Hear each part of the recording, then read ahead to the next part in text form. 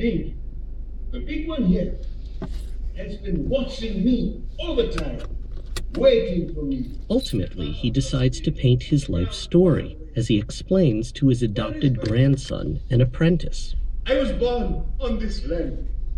I walk and work on this land. One day, I will die on this land. But I got no home. But the wife of the white Afrikaner farmer who owns the property doesn't like this new painting and orders him to redo it. The old man agrees, but the child is devastated at his capitulation. Oh, you know what it is? His story is his life. Fast forward to the second act. It's 2003, 9 years after Mandela became president. The child, who had been Nukane's apprentice, has grown up and returns. Played by San Gaja, he sneaks through a hole in the fence his adopted grandfather once mended, intending to restore the painting. It's a testament, I think, to Athol's brilliance, because what we have here is this older generation of South Africans who've been kind of holding this fence together because they had to. And then when they die, we find that fence has a hole in it, and the new generation walks right through it onto the land that feels like theirs now. Fugard writes about a world that has been turned upside down for everyone. The farmer's wife now feels threatened by the new reality.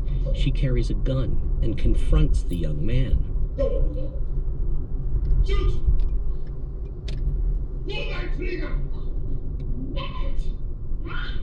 It's a situation which comes straight from contemporary headlines, says Bianca Amato, the English South African actress who plays her. There's a real problem with particularly farm murders in South Africa, where innocent older people are being murdered because they're isolated, and there's a very kind of warped situation where the vulnerable and the old are being targeted. Eventually, the old white woman and the young black man need to listen to each other, says Athol Fugard. The young man sits down and says, "Come on, let's try again."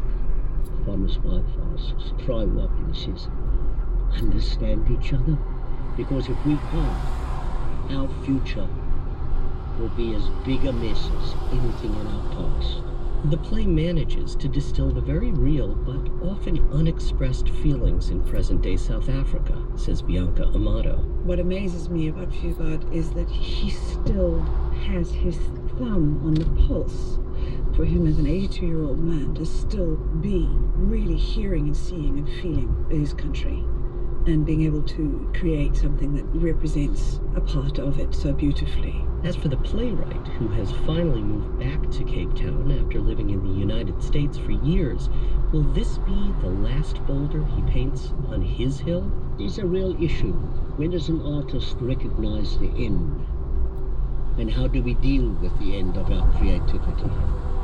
You know, is it a moment of celebration, a moment of fear? I mean, for all I know, writing this play might have been my big rock at the top of my copy, because, you know, I don't know what's going to come out of me after this, and this might be the end, but that fascinated me. Whether the painted rocks at Revolver Creek turns out to be Athol Fugard's valedictory effort or not, it is another one of the urgent stories the playwright says he still needs to tell. For NPR News, I'm Jeff London in New York.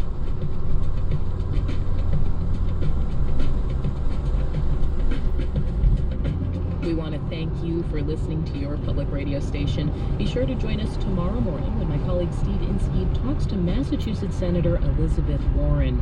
She's leading the opposition on the left against President Obama's proposed trade deal with 12 Asian countries.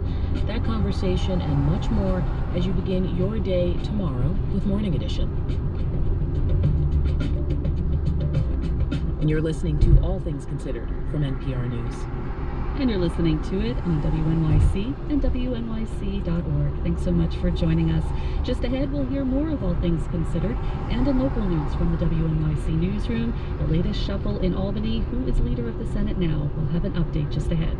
Support for NPR comes from member stations and from Kaspersky, giving 400 million individuals and organizations the power to protect against cybercriminals, hackers, and other internet threats.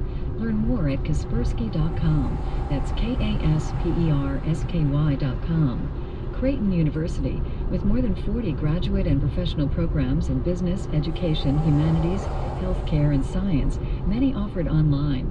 Learn more at creighton.edu. And Moo, working to help bring business stories and brands to life through a range of printed products like business cards, flyers, stickers, and postcards, also offering design templates and the option to upload a personal design.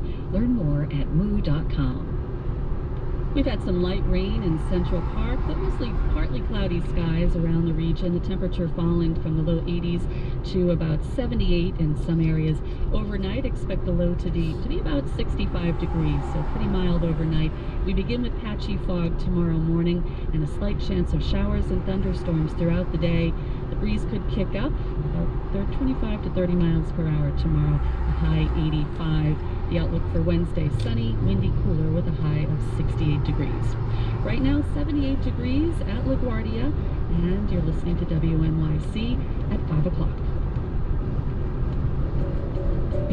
This is WNYC, FM, HD, and AM, New York. Just keep listening.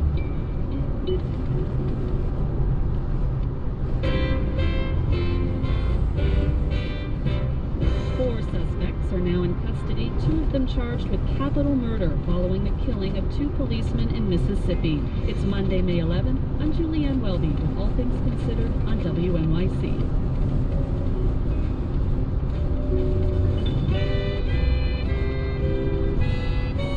A community in southern Mississippi remains in shock following the double killing during a traffic stop Saturday night. These officers have touched our lives, and with devotion, commitment, and the ultimate sacrifice. We'll have the latest from Hattiesburg, Mississippi.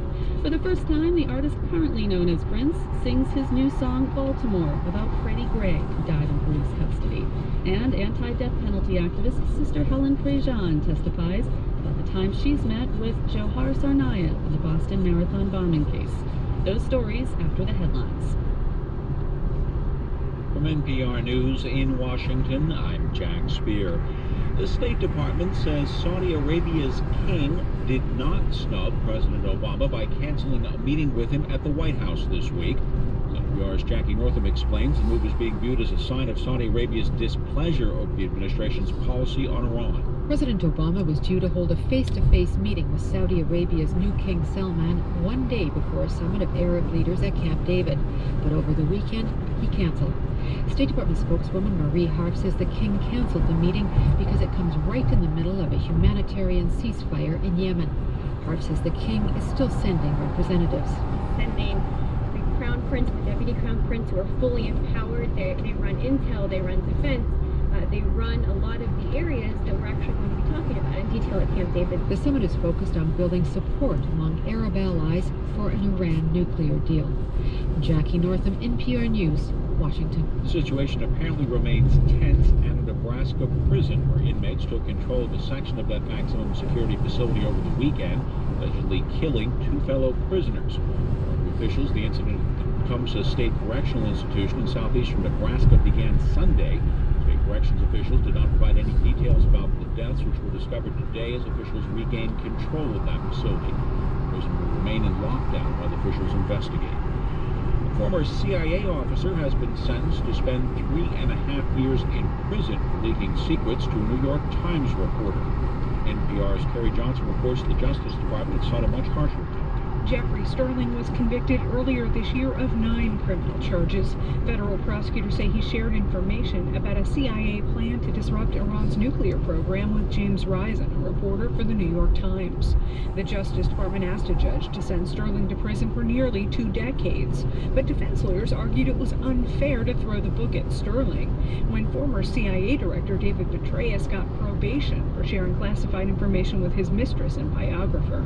A judge in Alexandria, Virginia, concluded Sterling deserves some credit for his good works and accomplishments, but she said he also deserves some prison time because of the seriousness of his offense.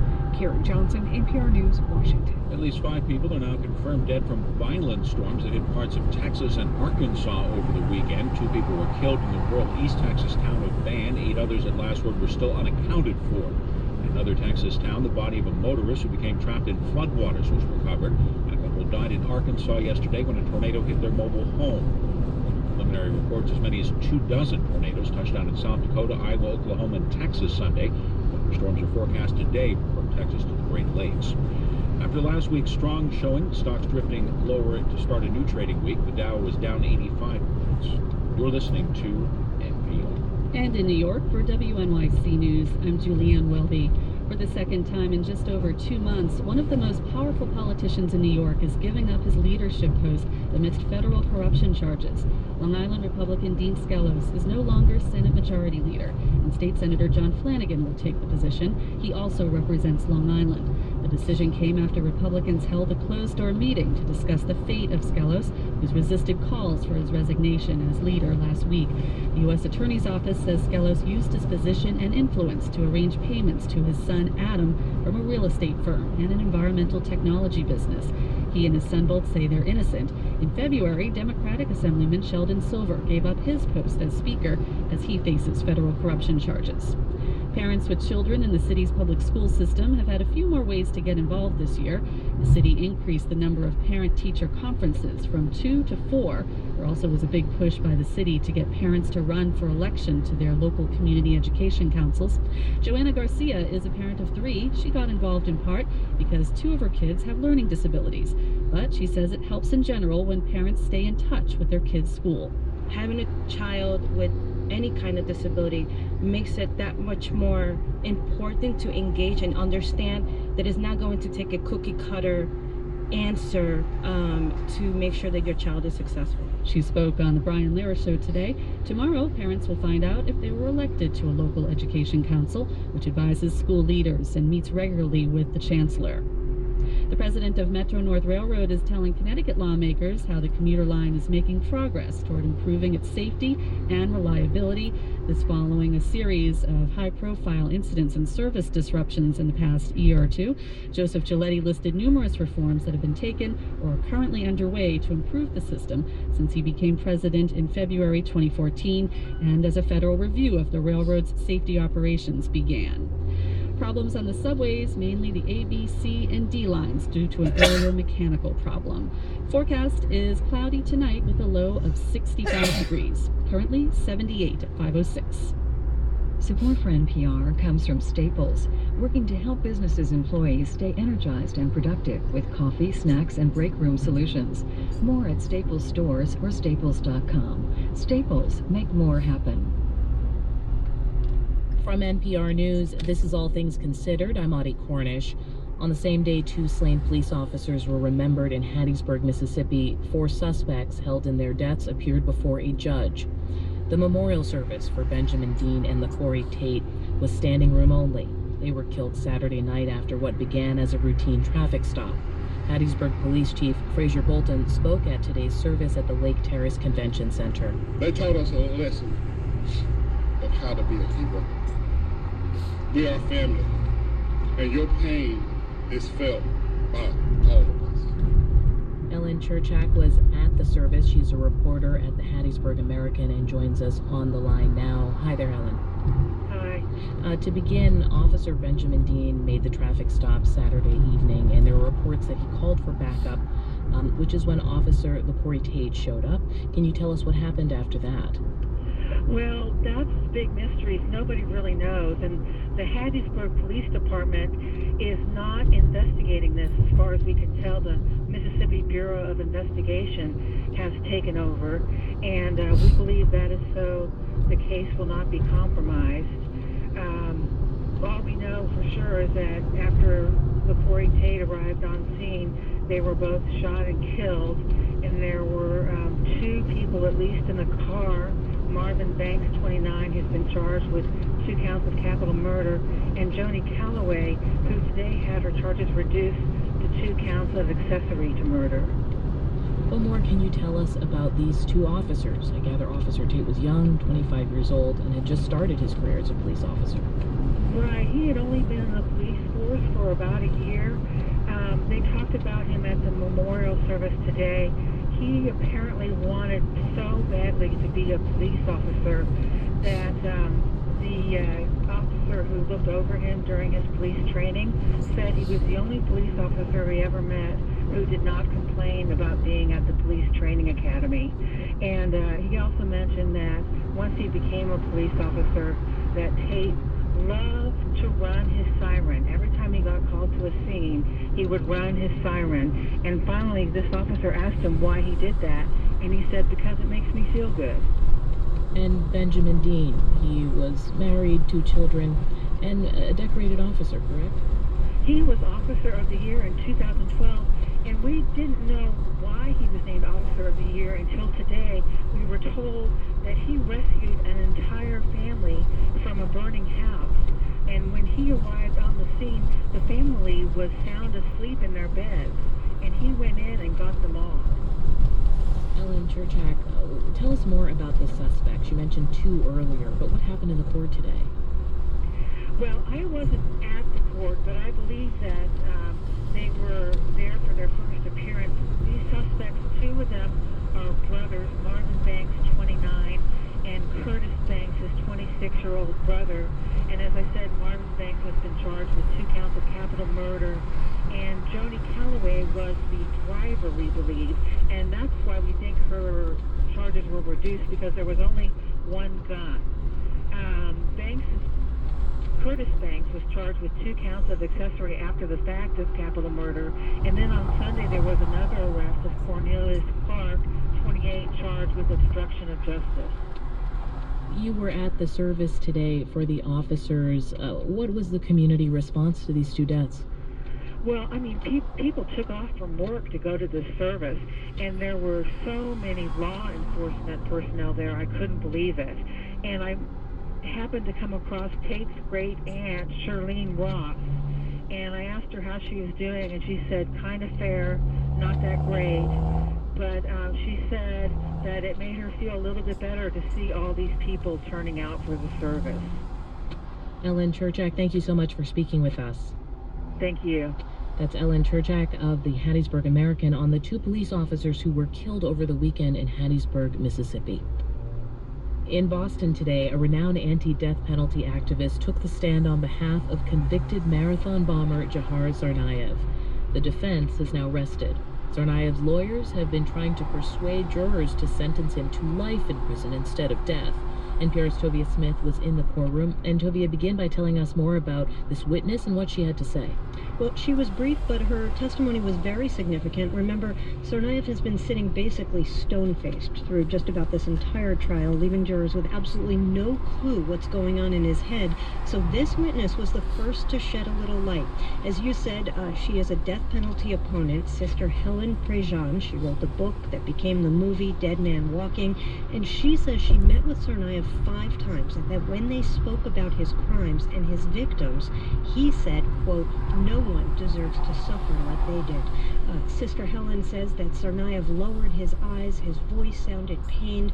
She says she could see the emotion in his face, and she says she came away believing that he's, quote, genuinely sorry for what he did. I should say that her testimony was clearly limited legally. There was a lot she couldn't say, but she did manage to signal to jurors that there might be some remorse. And what did prosecutors say in response?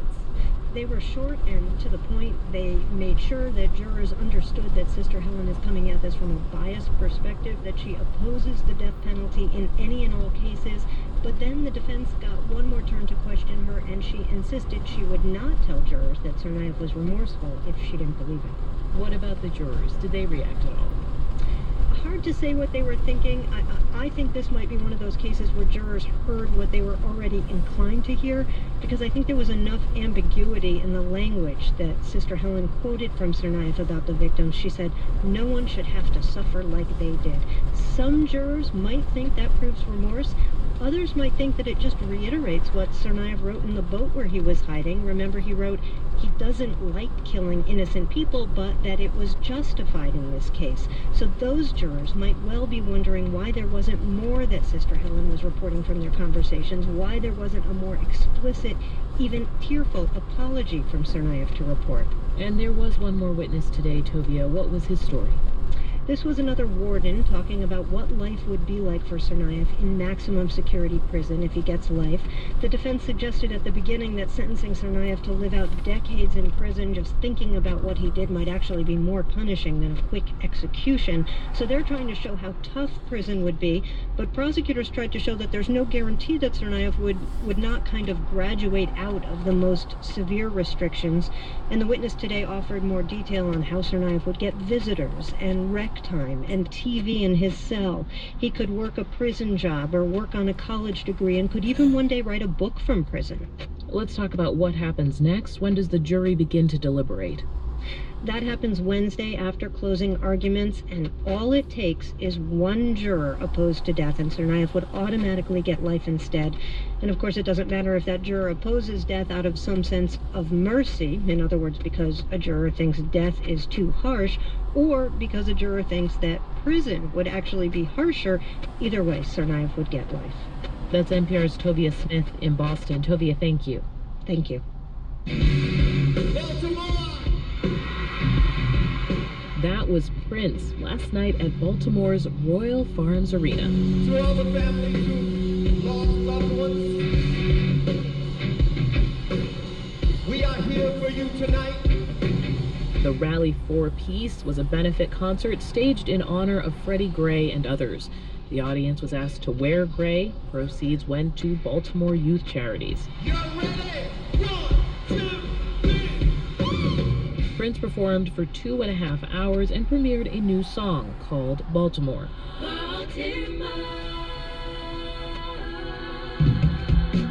NPR's Ann Powers says the singer-songwriter has always been, in a sly way, a political artist. Throughout his career, Prince has layered in political messages in songs like We March and Controversy, but they aren't usually attached to a specific event. That's the difference with Baltimore. It's really motivated by the death of Freddie Gray and the ensuing protests, and in fact was basically written for the concert he staged in Baltimore this past weekend. Everybody hear us pray for Michael Brown or Freddie Gray. Peace is more than the absence of war. The lyrics for Baltimore are notable because Prince does mention Freddie Gray and Michael Brown by name. That's not always the way Prince operates, topically, off the news. But at the same time, they dream of a utopia, which is really what Prince is all about.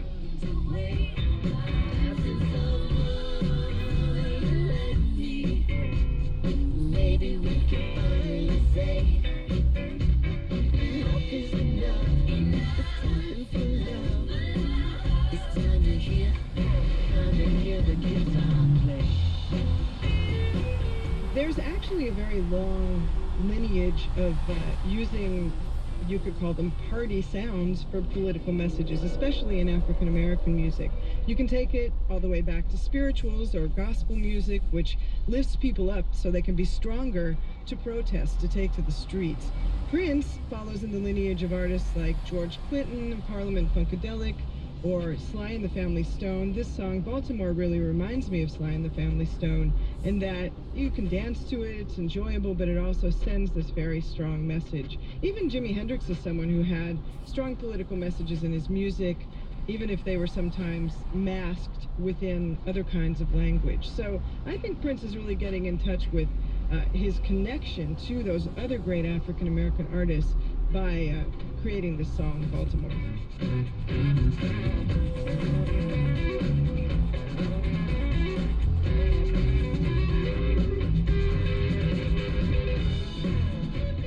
That's Ann Powers, critic and correspondent for NPR Music, talking about Prince's new protest song, Baltimore.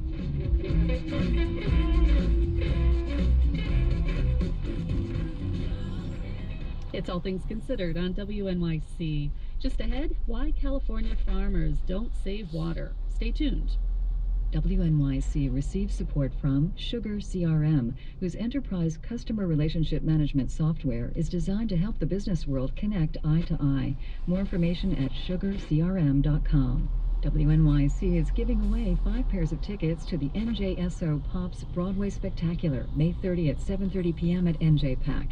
Enter to win. Click on giveaways at WNYC.org by 11 tonight and follow the instructions. The WNYC Spring Membership Drive is just around the corner. This is Peter Sagal from Wait, Wait, Don't Tell Me, urging you to contribute early and help buy back an entire weekend. Pledge now and hear your favorite weekend programs like Weekend Edition and This American Life, and the ones you hate listen to, like Wait, Wait, without pledge breaks. We can reach our goal, but only with your help. Call 888-376-9692 now or pledge online at WNYC.org. And thank you.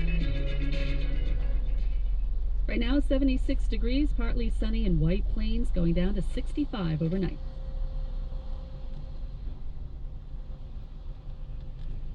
On tonight's On Being, caring for our aging parents and ourselves. Our host, Krista Tibbett, will speak with journalist Jane Gross. She has practical advice and wisdom about the far shore of aging. You can tune in for that at 9 o'clock tonight on 93.9 FM and WNYC.org. And on point, the Federal Appeals Court ruling on NSA bulk surveillance. They have ruled that illegal, just as the Patriot Act is up for renewal in Congress. On point, we'll have a debate about that subject tonight at 8. That's on AM 820. You can also hear that online at WNYC.org. It's been a mix of cloudiness, fogginess, partly sunny skies today.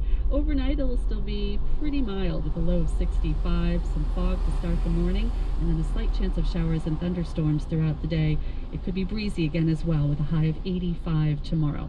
76 degrees right now. Support for NPR comes from WNYC members and from Dropbox, offering Dropbox for Business with added features designed for the needs of businesses. Employees can access and share work files from anywhere, while business leaders have centralized billing and security controls. Learn more at dropbox.com/business. And Lindamood Bell. Lindamood Bell Learning Centers work to help all students reach their potential for learning. Summer programs are available to improve reading and comprehension. Learn more at lindamoodbell.com. From NPR News, this is All Things Considered. I'm Audie Cornish, and let's immerse ourselves in some approaches to producing and especially saving our most precious resource, water. That's the subject of this week's All Tech Considered. The drought across much of the western U.S. is now in its 4th year. There's lots of talk about technology that will help, and farmers are debating whether it makes sense for them to use it. In California, where the drought is most intense, farms aren't under the same strict orders to conserve that cities are. We're going to start with this report from NPR's Aarti Shahani, who's just back from the Salinas Valley, the so-called salad bowl of the world. In the world of water conservation, there are a few no-brainer solutions. Take drip irrigation. I'm sitting in the back of a big green creaky tractor in a big lettuce field. Only it's not planting seeds, it's laying down a long thin rubber tube called drip tape. So there's a shoe right here, like a shoe that grooves into the ground. That's Michael Antle, farm manager with Tanimura and Antle. And the weight of the soil on top of the tape holds it in. Drip irrigation is not new tech, it's tried and true tech. The co-founder of his grandpa's farm, George Tanimura, introduced this method for lettuce decades ago. The drip method was used as far back as 1st century BC China. And if you could see, there's a hole right here. The tape has little slits. Turn on the faucet and water seeps out gradually close to the seeds. It's the farmer's version of a low-flow toilet, and a nice way to save water in windy Salinas Valley. Scott Rossi, another manager here, says regular sprinklers are constantly missing their mark in this wind.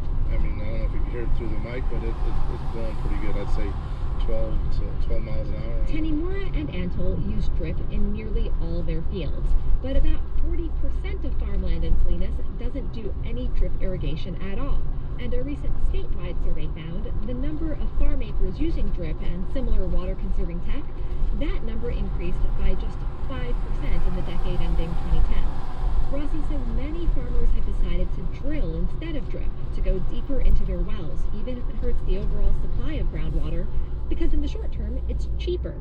That bugs him. Yeah, you're saving, and then your neighbor's well next door to you is pumping, and there's a sprinkler again. You like to think that way, but they'll follow suit here soon, or they're going to have to follow suit soon, you know? What farms will have to do is actually a matter of huge debate, and some say there is an incentive to not conserve. Right now, across California, new agencies are being formed to set baselines. Norm Groot, head of the Monterey County Farm Bureau, says many farmers fear if they take less groundwater now, the baseline set for them will be smaller. It is very much a tricky situation. You're asking people to conserve, and then you're establishing a further number that they have to conserve, and that's where the pain starts, is that they do the easy parts first, and then they don't get credit for that later on. It's that economics problem. Game theory. In a zero-sum game where there's only so much to go around, you don't want to lose your piece of the pie. Groot says giant farms like Tunnymore and Ansel can take a hit, but small, family-owned farms, they'll shut down. So they're fighting for survival. What choice do they have but to say, no, don't take my water because it takes water to grow my crops? Local optimists say one choice is to make the pie bigger. I'm at a water recycling plant with Gary Peterson, the head of Public Works for Salinas. Why does it smell kind of funky here? Because you're standing above treated sewer water. Last year, his team realized they could take the water used to wash lettuce in the factories, hundreds of millions of gallons, and divert it here to get recycled. Otherwise, it was just going into a pool that evaporated. What we're seeing, especially with the continued drought, is that if we don't get together on this, there's going to be some really big losers. Peterson says while water from the plant can't feed an entire valley, it matters because the farmers, who often work on their own, join hands to make it happen. Arthi Shahani, NPR News, Salinas. So that's water conservation. What about water production? Is there some way for us to harvest water? There was in Star Wars. Remember Luke Skywalker worked on his uncle's moisture farm on Tatooine? They had machines that pulled water right out of the desert air. That's why Uncle Owen bought C-3PO. What I really need is a droid who understands the binary language of moisture evaporators. Evaporators? Sir, my first job was programming binary load lifters, very similar to your evaporators in most respects. Moisture evaporators. That's a science fictional name for something that does exist. Atmospheric water generation has been used in disaster relief situations to generate lots of drinking water. Abe Scher's company sent machines to Haiti after the 2010 earthquake. He is CEO of Aqua Sciences. The user produces their own water from the supply they have above their head. Scher says his method doesn't rely on condensation, like some methods do, but on a chemical desiccant. We strip the water molecules that are present in the atmosphere using natural salts, and those salts work to not only extract the water from the air, but they're a natural antiseptic.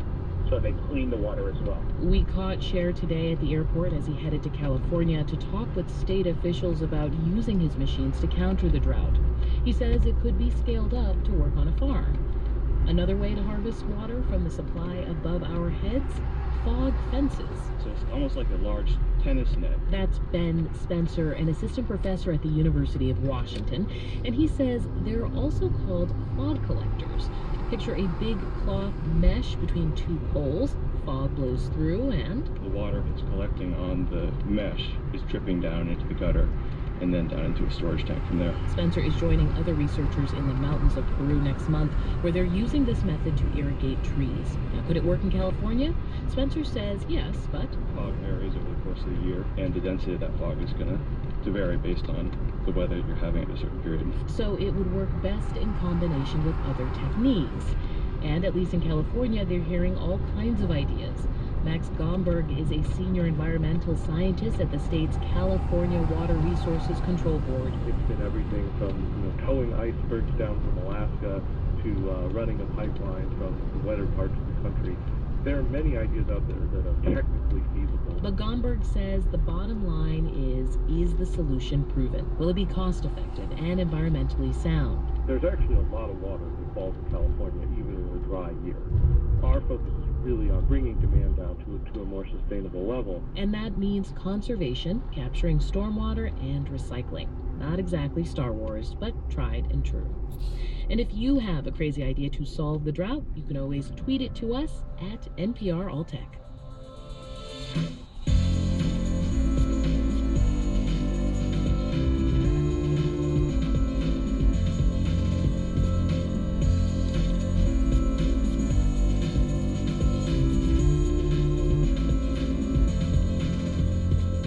Support for All Tech Considered comes from Farmers Insurance, out to educate everybody about common insurance gaps that can be costly. Farmers Insurance, know the gaps. Farmers.com/inner circle. And from Carbonite, providing secure automatic cloud backup and recovery solutions for businesses and homes. Learn more at carbonite.com.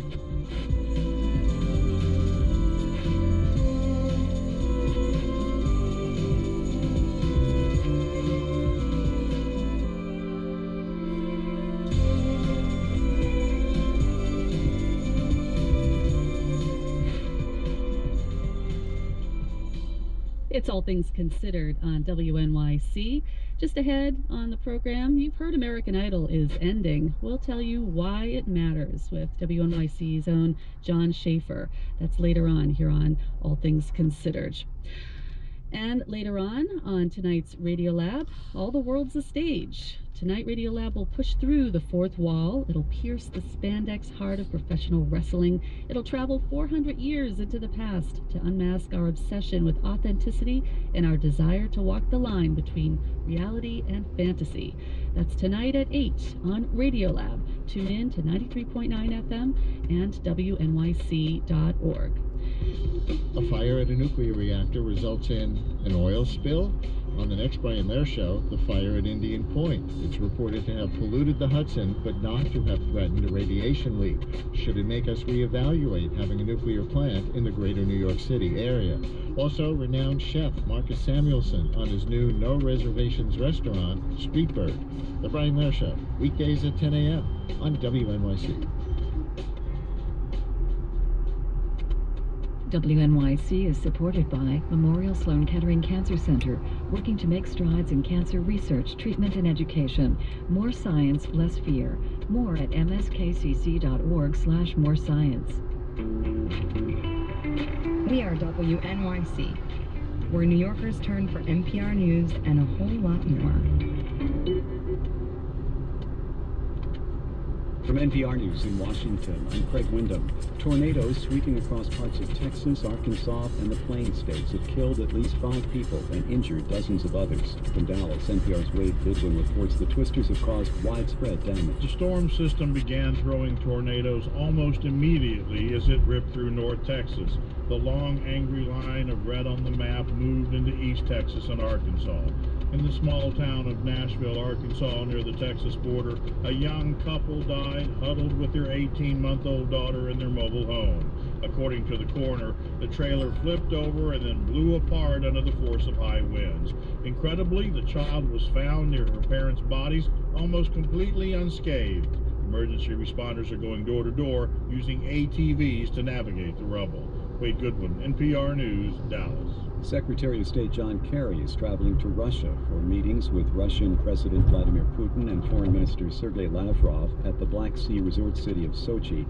State Department spokeswoman Marie Harf says the agenda will include the situation in Ukraine and the nuclear negotiations with Iran. This is part of our ongoing effort to maintain open lines of communication on all of these issues where we agree, where we disagree, and they thought this was a good time to meet. Kerry is also expected to urge Putin to work with the U.S. to find a political solution to the ongoing civil war in Syria, but the Kremlin has not confirmed that Putin will attend the talks. A former CIA officer has been sentenced to 3.5 years in prison for leaking to a journalist details of a secret mission to keep Iran from gaining nuclear weapons capability. Jeffrey Sterling could have been sentenced to 20 or more years behind bars for violating the Espionage Act.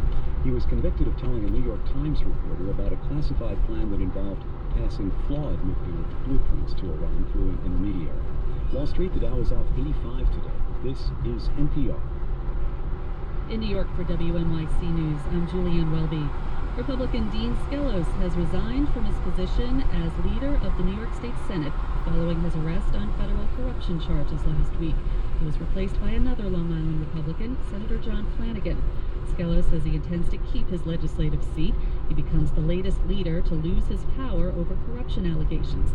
Assembly Speaker Sheldon Silver stepped down from his leadership position earlier this year.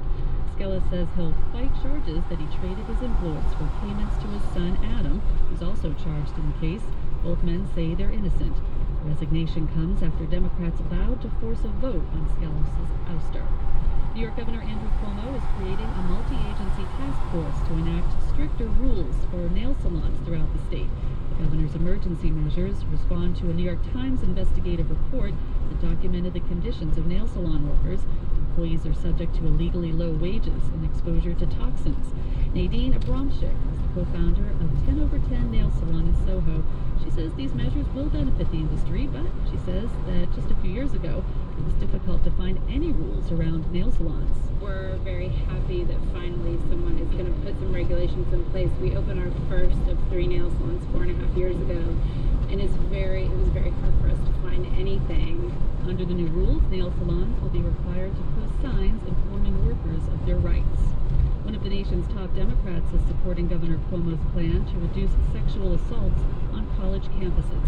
California Congresswoman Nancy Pelosi says her home state has its own affirmative consent policy protecting women on campus. But she says New York's goes further. New York has done us one better. Our California initiative legislation was just for schools that received funding from the state. The governor protected every student in the state of New York. Cuomo's proposal for New York has yet to become law.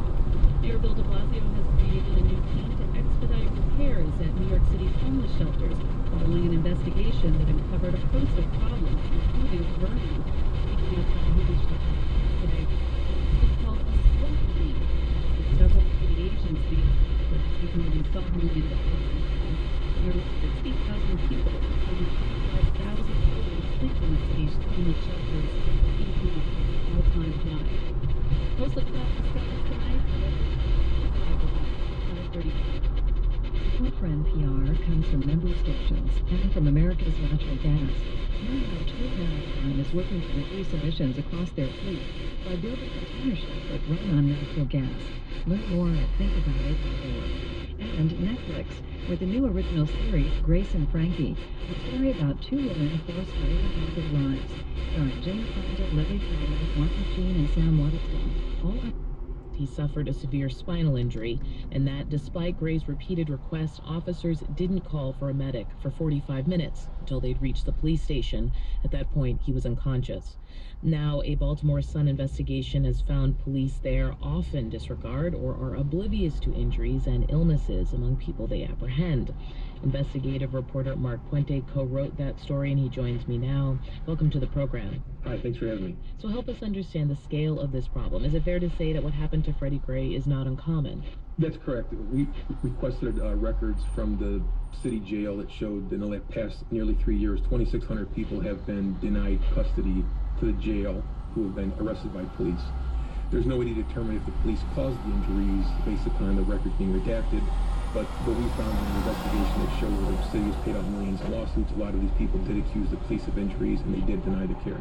So when you talk about people being denied, this means that they arrive at central booking and they get rejected by the intake officers because it seems like they're too injured to make it through the 4-hour process, right? They are. If they're not stable enough or there's blood pouring off their eye or nose, they won't admit them, and they must be taken for medical care immediately by the police department. And a lot of the injuries were like high blood pressure, pregnancy, or mental health status.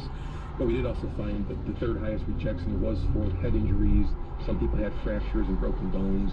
So the injuries were on a whole list of different scenarios.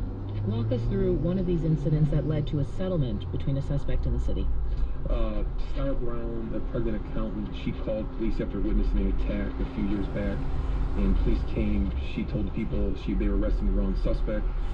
The conversation turned heated, and they threatened to arrest Miss Brown. She screamed that she's pregnant. The bystanders screamed that she was pregnant, and the police yelled, we hear it all the time. They threw her down off the porch in East Baltimore and rammed a knee into her back, according to what she said in court.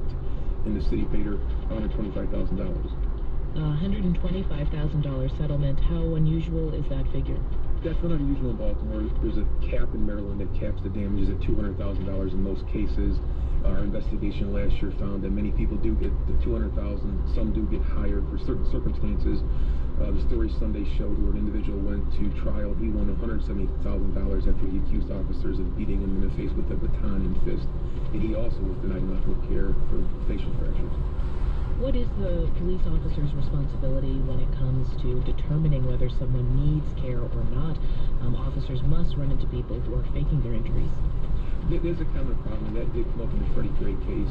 The state prosecutor said that one of the officers overheard, use the term jailitis, which is common among police officers, prisonitis, to avoid being locked up. But also, as the Freddie Gray case points out, officers denied medical care, and they said that was one of the biggest issues they should have called sooner. Do they have any kind of training to help them make that determination? The experts we talked to said it's basic training. Unless there's a bone sticking out of someone's arm or leg, they can't tell if it's fractured. Or if someone's having chest pains, they're supposed to call and get them to the emergency department to do a screening. But police officers aren't doctors, and that's part of the debate of how to solve some of these problems in Baltimore and across the country. Mark Puente of the Baltimore Sun, thank you so much for speaking with us. Thank you.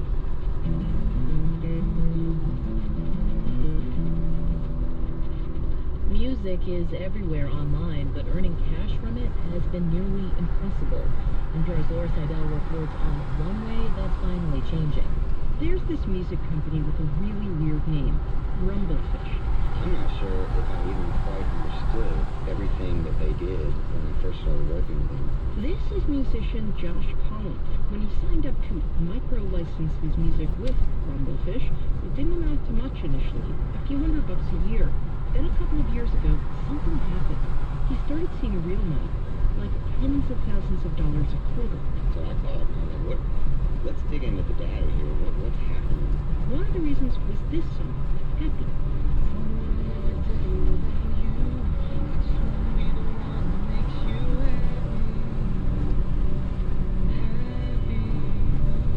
Wedding photographer Aaron Michelle was looking for some romantic music to accompany one of the videos he was making for a client, and he found it. And there was times that I would sit there and go through a couple hundred tracks on their website trying to find the right music. And then there's songs like Happy that are they're really great. They have a good feeling to them. The words work for happy occasions. The website, which connected Michelle to Collins' music, is called Animoto. Photographers pay a subscription fee to Animoto, and they can access video editing tools and music that's been legally licensed. Other professional wedding photographers pulled the same song. The newlyweds posted their videos on YouTube. People who went to the weddings liked the song Happy and shared the original. I was kind of keeping an eye on my statements, and my last statement, I passed 250 million views online total. So that's a significant number for an artist that no one really knows. So with all weddings. Those views result in real money for Colin because Rumblefish tracks views of his music videos on YouTube. When a song gets a lot of views, YouTube runs ads, and Rumblefish collects the money for Colin. Rumblefish also has a music deal with the portable video camera company GoPro, which has some homemade action sports videos of people skateboarding and surfing. GoPro customers can put music to their videos and share them on YouTube without worrying about getting it taken down for a copyright violation.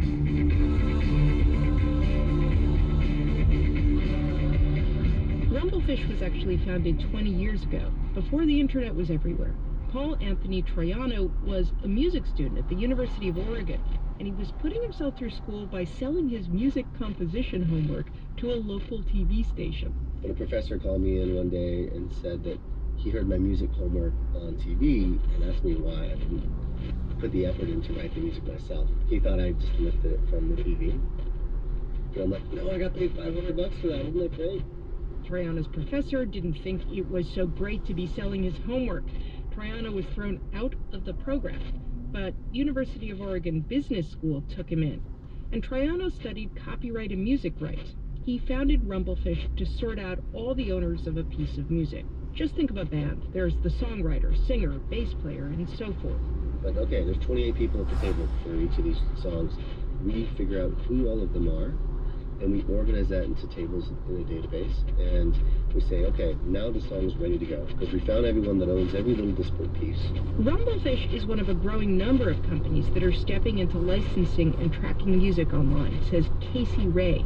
Ray's the CEO of the Future of Music Coalition. There's a growing market for what you could probably call creative technology companies, meaning they're companies that are on the music side of the business, but they're using technology to solve some of the problems that have frustrated artists and rights holders for decades. Ray thinks that after years of bad news about music piracy on the internet cutting into sales, we may be about to enter a new era, one in which music fans can share music online without feeling guilty about taking money from the artists they love. Laura Seidel, NPR News.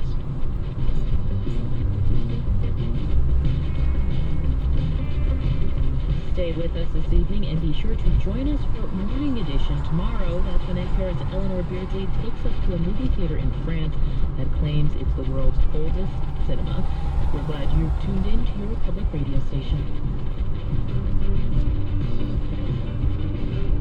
You're listening to All Things Considered from NPR News. We're going to go to a city ward of Tokyo now. This spring it became the first Japanese municipality. This is All Things Considered on WNYC. I'm Julianne Welby. The Fox Network announced today that the next season of American Idol will be its last. All the emotions of your wedding day are hard enough to handle as it is. But throw in a throng of news photographers following your every move, and thousands of strangers gathered to watch you wed, and it's enough to render a bride speechless. And I'm so nervous now. Ren, who's keeping her family name out of the festivities, is about to marry her partner Yae on stage during Tokyo's Rainbow Pride Festival. This ceremony almost didn't get to happen at all. We didn't know this was gonna happen. When did you learn you could get married? Just 1 month ago. That's because it wasn't until late March that the Shibuya Ward, the trendy district of Tokyo, passed an ordinance okaying partnership certificates for same-sex couples. Considered a marriage equivalent, the measure gives LGBT couples rights to hospital visitation and shared rental agreements. Toshitake Kurahara made it a point to come to this ceremony. He's the Shibuya Ward mayor who oversaw the passage of the measure. Everybody has right to become happy and they should be equal and everything. But maybe for some people, in some way, there has been some feeling which blocks the attitude to have more understanding towards these things. Change has come slowly, partly because of a cultural paradox. The Japanese value harmony so much that the LGBT community hasn't faced overt discrimination. For better or for worse, Japan is a place that doesn't have a lot of conflict. Fumino Sugiyama is the organizer of Pride Weekend. He's a transgender man who's now able to marry his girlfriend. If there were a lot of hate crimes or people felt danger, or if you weren't allowed to participate in the government because you were LGBT, we would be like, let's fight. But we're not really rejected. As long as you don't make a fuss, you can get by. That's, I think, one of the big reasons it hasn't been a bigger issue. Sugiyama and activists like him are raising their voices now against entrenched attitudes. 52% of Japanese said they oppose same-sex marriage rights, according to a Kyodo News poll last year. Jeffrey Tremblay helped start the Equal Marriage Alliance in Japan to help change some minds. I think they are so bound to tradition in some ways, especially with the family and the way that they register their family, and so any changes to that idea about the family I think is a challenge. Tremblay's nonprofit is pressing lawmakers to consider granting rights to same-sex couples nationwide. We'll try every sort of way to get them to start thinking